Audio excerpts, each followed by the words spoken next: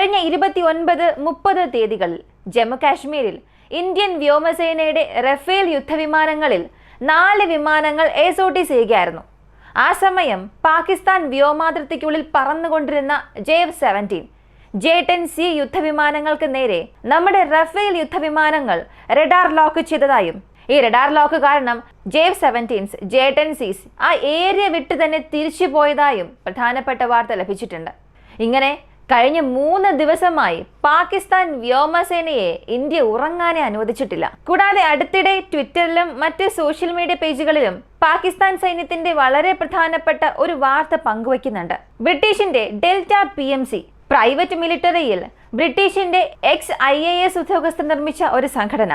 ഈ ഒരു സംഘടന പാകിസ്ഥാനുള്ളിലേക്ക് ഇറങ്ങിയിട്ടുണ്ട് എന്ന ഒരു വിവരം ലഭിച്ചു. കൂടാതെ അടുത്തിടെ പാകിസ്ഥാനിലേക്ക് പോയി വരുന്ന വിമാനങ്ങളെ മോണിറ്റർ ചെയ്യുന്ന ചില ട്വിറ്റർ പേജസ് റോയൽ എയർഫോഴ്സിലെ ഒരു C-130 സൂപ്പർ ഹെർക്കുലസ് വിമാനം പാകിസ്ഥാനിലേക്ക് ലാൻഡ് ആയി എന്നും സ്ഥിരീകരിച്ചു.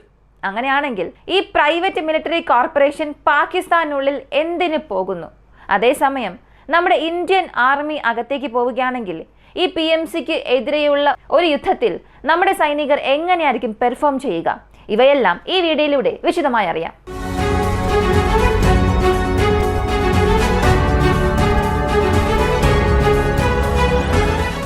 ആദ്യത്തെ കാര്യം, ഇന്ത്യയെ സംബന്ധിച്ചിടത്തോളം നമ്മൾ എപ്പോഴും ഒരു എയർ എക്സസൈസ് ചെയ്യുമെന്നുണ്ടെങ്കിൽ അതിനൊരു നോട്ടാം നൽകിയിട്ടുണ്ടാകും. അതായത് നോട്ട് ഈസ് ടു എയർമെൻ. ഈ നോട്ടാമിന്റെ ഉദ്ദേശം എന്താണെന്ന് ചോദിച്ചാൽ ആ റീജിയണിൽ ഒരുപാട് വിമാനങ്ങൾ അങ്ങോട്ടും ഇങ്ങോട്ടും പറക്കും. മറ്റു വിമാനം, കൊമേഴ്ഷ്യൽ ജെറ്റ്സ് പോലുള്ള മറ്റു വിമാനങ്ങൾ ആ സ്ഥലത്തേക്ക് വരുമ്പോൾ സുരക്ഷിതമായി പോകാൻ വേണ്ടിയിട്ടാണ് ഈ നോട്ടാം നൽകുന്നത്.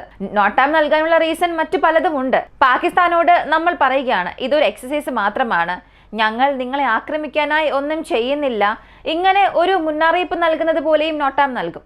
ഇങ്ങനെ ഈ 2 രാജ്യവും മാറി മാറി എക്സസൈസ് ചെയ്യും. ഇതൊക്കെ പതിവായി സംഭവിക്കുന്നതാണ്. അതുപോലെ തന്നെയാണ് ഈ അതിർത്തിക്ക് അടുത്ത് യുദ്ധവിമാനങ്ങൾ പറക്കുന്നത്. സത്യത്തിൽ ഈ എഗ്രിമെന്റ് അനുസരിച്ച് പീസ് ടൈമിൽ ബോർഡറിൽ നിന്നും 10 കിലോമീറ്റർ അടുത്തേക്ക് ഏതൊരു രാജ്യവും അവരുടെ യുദ്ധവിമാനങ്ങൾ അയക്കാൻ പാടില്ല. ഫൈറ്റർ ജെറ്റ്സ് മാത്രം. ട്രാൻസ്പോർട്ട് എയർക്രാഫ്റ്റ്, ഡ്രോൺസ് ഇവയ്ക്കൊന്നും ഇത് ബാധകമല്ല. ഇപ്പൊ പാകിസ്ഥാൻ ചെയ്തത് അവരുടെ JF-17 J-10Cs ഇവയെ അതിർത്തിക്ക് 10 കിലോമീറ്റർ അടുത്തേക്ക് കൊണ്ടുവരുന്നു. ഇത് കഴിഞ്ഞ 2 ദിവസമായി സോഷ്യൽ മീഡിയയിലും റിപ്പോർട്ട് ചെയ്തുകൊണ്ടിരുന്നു. അങ്ങനെ അവർ ആ ഒരു കരാർ ലംഘിച്ച് അതിർത്തിയോട് 10 കിലോമീറ്റർ അടുത്ത് യുദ്ധവിമാനങ്ങൾ കൊണ്ടുവരുമ്പോൾ അവർക്ക് നമ്മെ അറ്റാക്ക് ചെയ്യണമെന്ന ഒരു ചിന്തയുണ്ടെങ്കിൽ ചില സെക്കൻഡുകൾക്കുള്ളിൽ തന്നെ നമ്മുടെ ബോർഡറിനുള്ളിലേക്ക് കടക്കാൻ സാധിക്കും. ഇങ്ങനെയുള്ള ഒരു സാഹചര്യം ഉള്ളതുകൊണ്ട് തന്നെ നമ്മൾ 24 മണിക്കൂറും നമ്മുടെ യുദ്ധവിമാനങ്ങളെ ആകാശത്തിൽ പറപ്പിച്ചുകൊണ്ടിരിക്കും. അങ്ങനെ നമ്മൾ പറപ്പിക്കുന്ന യുദ്ധവിമാനങ്ങളിൽ ഫ്രണ്ട് ലൈൻ ഫൈറ്റർ ജെറ്റ് നമ്മുടെ റഫേൽ യുദ്ധവിമാനമാണ്. ഈ യുദ്ധവിമാനത്തിൽ വളരെ അഡ്വാൻസ്ഡ് ആയിട്ടുള്ള AC റേഡാറും കൂടുതൽ ദൂരത്തിൽ ചെന്ന് ആക്രമിക്കാൻ കഴിവുള്ള എയർ ടു എയർ മിസൈലുമുണ്ട്. ഈ യുദ്ധവിമാനത്തെ സ്നൈപ്പർ ഓഫ് ഇന്ത്യൻ എയർഫോഴ്സ് എന്നാണ് വിളിക്കുന്നത്. കാരണം 200 കിലോമീറ്റർ മാറിയുള്ള യുദ്ധവിമാനങ്ങളെ പോലും ആക്രമിക്കാനുള്ള കഴിവുള്ളതുകൊണ്ട് നമ്മൾ ഇങ്ങനെ ഒരു പേര് ഈ വിമാനത്തിന് നൽകിയിട്ടുണ്ട്. ഇത്തരത്തിലുള്ള ഒരു ക്യാപ്പബിലിറ്റി പാകിസ്ഥാൻ വ്യോമസേനയിലെ ഏതൊരു വിമാനങ്ങൾക്കും ഇല്ല. അവരുടെ PL-15 എന്ന ഒരു മിസൈൽ. എന്നാൽ ഇതിന് പുറകിലും ഒരു കളിയുണ്ട്. PL-15 ചൈനയുടെ പക്കലുള്ള വേരിയന്റ് 200 കിലോമീറ്റർ വരെയും പോകും. ഈ റേഞ്ചിൽ നമുക്ക് മീറ്റിയറുമായി കമ്പയർ ചെയ്യാൻ സാധിക്കും. എന്നാൽ PL-17ന്റെ എക്സ്പേർട്ട് വേരിയന്റ് 145 മുതൽ 175 കിലോമീറ്റർ വരെ മാത്രമായി പോകാൻ സാധിക്കും. എന്നാൽ ഇപ്പോൾ പാകിസ്ഥാൻ പറഞ്ഞിരിക്കുന്നത് ചൈനയുടെ ഇൻവെന്ററിയിൽ നിന്നാണ് PL-15ന്റെ മിസൈൽ ഞങ്ങൾ എടുത്തിരിക്കുന്നത്. അതായത് അവരുടെ പക്കൽ ഇപ്പോഴുള്ളത് ഒരു എക്സ്പോർട്ട് വേരിയന്റ് അല്ല എന്നാണ് അവർ പറയുന്നത്. എന്നാൽ പാകിസ്ഥാനെ സംബന്ധിച്ച് ഇതിന് മുൻപ് ഇതുപോലെ മാറ്റിമറിച്ച് കുറെ കാര്യങ്ങൾ സംസാരിച്ചിരുന്നു. അതായത് J-10C എന്ന ഒരു വേരിയന്റ്. J-10C എന്നത് ചൈനീസ് എയർഫോഴ്സിന് J-10CE എക്സ്പോർട്ട് വേരിയന്റ് ആണ്. എന്നാൽ J-10C ആണ് ഞങ്ങൾ വാങ്ങിയത് എന്ന് പാകിസ്ഥാൻ പറഞ്ഞു. പക്ഷേ അവരുടെ ഇമേജസ് പുറത്തു വന്നിരുന്നു. ആ J-10CE എന്ന ആ ഒരു പേര് അതിൽ വ്യക്തമായി തന്നെ എഴുതിയിരുന്നു. കൂടാതെ പാകിസ്ഥാന്റെ ഫ്ലാഗും ആ വിമാനത്തിൽ പറക്കുന്നുണ്ടായിരുന്നു. അങ്ങനെ അവരുടെ എയർബേസിൽ നിർത്തിയിട്ടിരുന്ന ആ വിമാനത്തിന്റെ ചിത്രങ്ങളായിരുന്നു പുറത്തു വന്നത്. അപ്പോൾ അവർ പറഞ്ഞത് എത്രത്തോളം പച്ചക്കള്ളമാണെന്ന് നമുക്ക് മനസ്സിലാക്കാനും സാധിച്ചു. അതുപോലെയാണ് PL-15നും അവരിപ്പോൾ ഒരു കഥ പറയുന്നു. ഞങ്ങളുടെ പക്കലുള്ളത് എക്സ്പോർട്ട് വേരിയന്റ് അല്ല, ചൈനീസ് ഇൻവെന്ററിയിൽ നിന്നും വാങ്ങിയ PL-15 ആണ് ഇതെന്നും അവർ പറയുന്നു. അപ്പോൾ ഇവിടെ ശ്രദ്ധിക്കേണ്ട മറ്റൊരു കാര്യം, എയർ സുപ്പീരിയോറിറ്റിയെ സംബന്ധിച്ചിടത്തോളം ഇന്ന് ഇന്ത്യയുടെ പക്കൽ അൺമാച്ച്ഡ് ക്യാപ്പബിലിറ്റി ഉണ്ട്. ഈ അൺമാച്ച്ഡ് ക്യാപ്പബിലിറ്റി പാകിസ്ഥാനെ അറിയിക്കാൻ വേണ്ടിയാണ് കഴിഞ്ഞ 2 ദിവസമായി ഇന്ത്യൻ വ്യോമസേനയുടെ റഫേൽ യുദ്ധവിമാനങ്ങൾ പാകിസ്ഥാൻ ടെറിട്ടറിക്കുള്ളിൽ പറന്നുകൊണ്ടിരിക്കുന്ന J-17നെയും J-10Cs റഡാർ ലോക്ക് ചെയ്തത്. ഇപ്പോൾ ഈ റഡാർ ലോക്ക് എന്താണെന്ന് ചോദിച്ചാൽ വളരെ ലളിതമായി പറഞ്ഞാൽ വിമാനം അതിന്റെ മിസൈലുകൾ അയക്കുന്നതിന് മുൻപ് ആ മിസൈലിന്റെ ഡയറക്ഷൻ ടാർഗറ്റ് ലോക്ക് ചെയ്ത് നൽകുന്നതാണ് റഡാർ ലോക്ക്. ഈ റഡാർ ലോക്ക് ശത്രുക്കളുടെ വിമാനത്തെ കൊണ്ടും അറിയാൻ സാധിക്കും. റഡാർ ലോക്ക് റിസീവർ എല്ലാ യുദ്ധവിമാനങ്ങളിലും ഉണ്ട്. അപ്പോൾ ഒരു യുദ്ധവിമാനത്തെ മറ്റൊരു യുദ്ധവിമാനം റഡാർ വഴി ലോക്ക് ചെയ്യുകയാണെങ്കിൽ അതിന്റെ ഒരു വാർണിംഗ് ശത്രുക്കളുടെ വിമാനത്തിലുള്ള പൈലറ്റിന് ലഭിക്കും. അപ്പോൾ പാകിസ്ഥാനി പൈലറ്റ്സിന്റെ മുൻപിലുള്ള ആ ഇൻസ്ട്രുമെന്റൽ കൺസോളിൽ ശത്രുക്കളുടെ യുദ്ധവിമാനം നമ്മളെ റഡാർ ലോക്ക് ചെയ്തു എന്ന ഒരു മുന്നറിയിപ്പ് ലഭിക്കും. ഇതേ കാര്യം ഒരു പീസ് ടൈമിൽ സംഭവിച്ചാൽ വെറും ഒരു ഇൻസിഡന്റ് മാത്രമാണ്. ഈ ഇൻസിഡന്റിനെ പാകിസ്ഥാൻ വ്യോമസേന അവരുടെ മിഷൻ അവസാനിച്ചതിന് ശേഷം അവരുടെ ഹയർ ഒഫീഷ്യൽസിനെ റിപ്പോർട്ട് ചെയ്യും. ഇന്ത്യൻ എയർഫോഴ്സ് ഇങ്ങനെ റഡാർ ലോക്ക് ചെയ്തു എന്നൊക്കെ. പക്ഷേ ഇപ്പോഴുള്ള ഈ നിലവിലെ സാഹചര്യം വാർ ടൈമാണ്. വാർ ടൈമിൽ നമ്മൾ പ്രധാനമായും അറിയേണ്ടത് ഇന്ത്യയായ നമ്മൾ മിലിറ്ററി ആക്ഷൻ നടത്തും എന്നുള്ളത് ഇതിനു മുൻപേ അറിയിച്ചു, പബ്ലിക്കായി തന്നെ അറിയിച്ചിട്ടുണ്ട്. അപ്പോൾ എപ്പോൾ വേണമെങ്കിലും ഇന്ത്യൻ എയർഫോഴ്സ് ബോർഡർ കഴിഞ്ഞ് അകത്തേക്ക് കയറാം. അതേസമയം പാകിസ്ഥാനും പറയുന്നത് ഈ തീവ്രവാദ ആക്രമണത്തിനും ഞങ്ങൾക്കും യാതൊരു ബന്ധവുമില്ല, ഇതൊരു ഫോൾസ് ഫ്ലാഗ് ഓപ്പറേഷനായി ഇന്ത്യ ചെയ്യുകയാണ്, ഈ ഒരു കാരണം കാണിച്ച് ഇന്ത്യ ഞങ്ങളെ ആക്രമിക്കാൻ പോകുന്നുവെന്ന്. അതിനാൽ തന്നെ ഇപ്പൊ പാകിസ്ഥാൻ വല്ലാത്തൊരു കൺഫ്യൂസ്ഡ് സ്റ്റേറ്റിലാണുള്ളത്. ലോകത്തിലുള്ള എല്ലാ രാജ്യങ്ങളോടും ഇതിനും എനിക്കും യാതൊരു ബന്ധവുമില്ല എന്ന് വിശ്വസിപ്പിക്കാനൊക്കെ ശ്രമിക്കുന്നുണ്ട്. അപ്പോൾ ഇങ്ങനൊരു സാഹചര്യത്തിൽ പാകിസ്ഥാന് പ്രിയംറ്റീവായി നമ്മളിൽ ഒരു ആക്രമണം നടത്താൻ സാധിക്കില്ല. ഇതാണ് അവരുടെ സാഹചര്യം. പാകിസ്ഥാന് ഇന്ത്യൻ വ്യോമസേന നമ്മുടെ രാജ്യത്തിനുള്ളിലേക്ക് വരും എന്നുള്ളത് നന്നായി തന്നെ അറിയാം. അറിഞ്ഞിരുന്നിട്ടും ഇന്ത്യൻ പ്രദേശത്ത് ഓപ്പറേറ്റ് ആയിക്കൊണ്ടിരിക്കുന്ന ഇന്ത്യൻ വ്യോമസേനയുടെ ഏതൊരു യുദ്ധവിമാനത്തെയും അവരെ കൊണ്ട് വെടിവെച്ച് വീഴ്ത്താൻ കഴിയില്ല. അങ്ങനെ ഒരു പക്ഷെ അതിനെ വെടിവെച്ച് വീഴ്ത്തുകയാണെങ്കിൽ ഇന്ത്യ ഇതൊരു കാരണമായി കാണിച്ചൊരു പൂർണ്ണ യുദ്ധം ആരംഭിക്കും. അപ്പോൾ ഡിക്ലറേഷൻ ഓഫ് വാറിനുള്ളിൽ ഇതിനെ കൊണ്ടുപോകരുത് എന്നതിനു വേണ്ടി പാകിസ്ഥാൻ ഇന്ത്യൻ യുദ്ധവിമാനങ്ങൾ അവരെ നോക്കി വരും എന്നുള്ളത് മനസ്സിലായിട്ടും അവർ എൻഗേജ് ചെയ്യാതിരിക്കുകയാണ്. ഇപ്പോൾ ഈ ഒരു സാഹചര്യത്തെ നമ്മൾ അനുകൂലമായി ഉപയോഗപ്പെടുത്തി നമ്മുടെ യുദ്ധവിമാനങ്ങൾ വെച്ച് റഡാർ ലോക്ക് ചെയ്യുകയാണെങ്കിൽ ആ റഡാർ ലോക്ക് എപ്പോൾ വേണമെങ്കിലും അവർക്കൊരു ശവപ്പെട്ടിയായി മാറാം. അപ്പോൾ പാകിസ്ഥാൻ പെട്ടെന്ന് തന്നെ ഇവേസീവ് മെനുവേഴ്സ് എടുക്കണം. എന്നാൽ അതേസമയം നമ്മൾ റഡാർ ലോക്ക് പാകിസ്ഥാനിൽ നടത്തിയാൽ നമുക്കറിയാവുന്നതെല്ലാം ക്ലിയറായി ഇതൊരു വാർണിംഗ് മാത്രമാണ്. കാരണം പാകിസ്ഥാൻ തീർച്ചയായും തിരികെ വെടി വയ്ക്കില്ല. അങ്ങനെ വെടിവെച്ച് വീഴ്ത്തിയാൽ ആ വിമാനം ഇന്ത്യൻ ടെറിട്ടറിക്കുള്ളിൽ വീഴുകയാണെങ്കിൽ ഡിക്ലറേഷൻ ഓഫ് വാർ ഇന്ത്യയെ കൊണ്ട് ചെയ്യാൻ കഴിയും. അപ്പോൾ ഇവിടെ പ്രധാനമായും മനസ്സിലാക്കേണ്ടത് പാകിസ്ഥാന്റെ സൈന്യം, പാകിസ്ഥാൻ വ്യോമസേന ക്യാപ്പബിൾ അല്ല എന്നല്ല പറയുന്നത്, ക്യാപ്പബിൾ ആണ്. പ്രിയംറ്റീവ് സ്ട്രൈക്കൊക്കെ നടത്താനുള്ള എല്ലാ ഉപകരണങ്ങളും ഉണ്ട്. എങ്കിലും അവർ ചെയ്യാത്തതിന്റെ കാരണം അവർക്കും പെഹൽഗാം അറ്റാക്കിനും യാതൊരു ബന്ധവും ഇല്ല എന്നുള്ളത് പ്രൂവ് ചെയ്യണം. അതിൽ നിന്ന് മാറി വരണം എന്നുള്ളതിന് വേണ്ടി അവരൊന്നും ചെയ്യില്ല. ഇപ്പോൾ നിങ്ങൾക്കൊരു സംശയം വരാം, പിന്നെ എന്തിനാണ് പാകിസ്ഥാന്റെ ഈ യുദ്ധവിമാനങ്ങളെ നമ്മുടെ വിമാനങ്ങൾ റഡാർ ലോക്ക് ചെയ്തത് എന്ന്.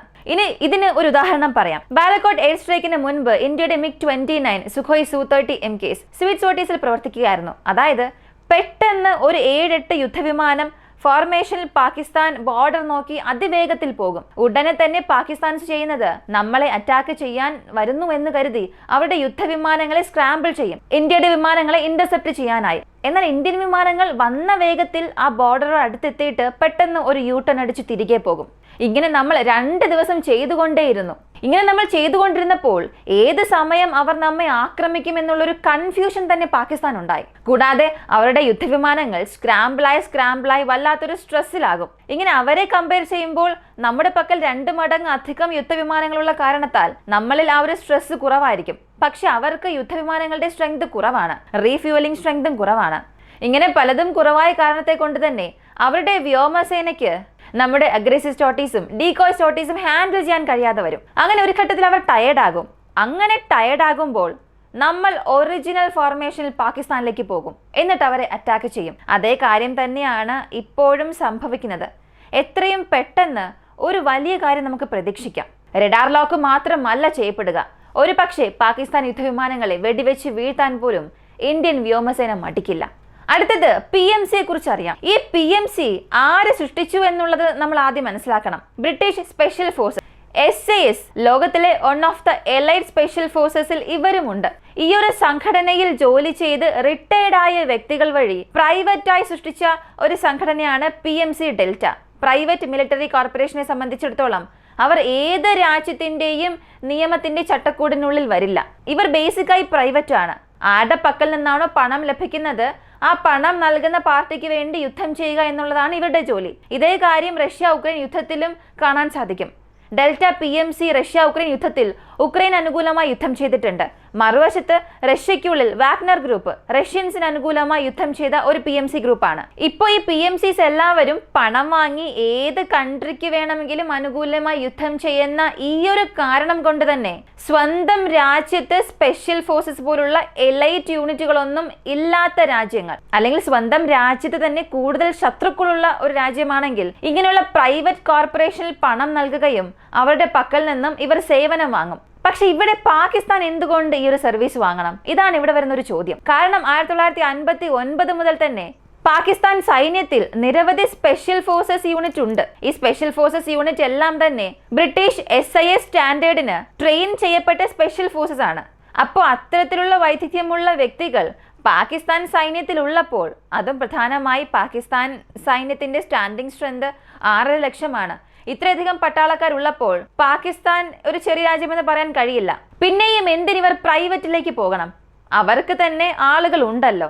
അതും അവരുടെ സംസ്കാരത്തെക്കുറിച്ച്, ഭാഷയെക്കുറിച്ച്, ശത്രുക്കളെക്കുറിച്ച്, അവരുടെ രാജ്യത്തെക്കുറിച്ചൊക്കെ നന്നായി അറിയാവുന്ന വ്യക്തികൾ ഒരുപാട് അവരുടെ രാജ്യത്ത് തന്നെ ഉള്ളപ്പോൾ പിന്നെ എന്തിന് പുറത്തു നിന്ന് അവർ ഒരു സേവനം എടുക്കണം?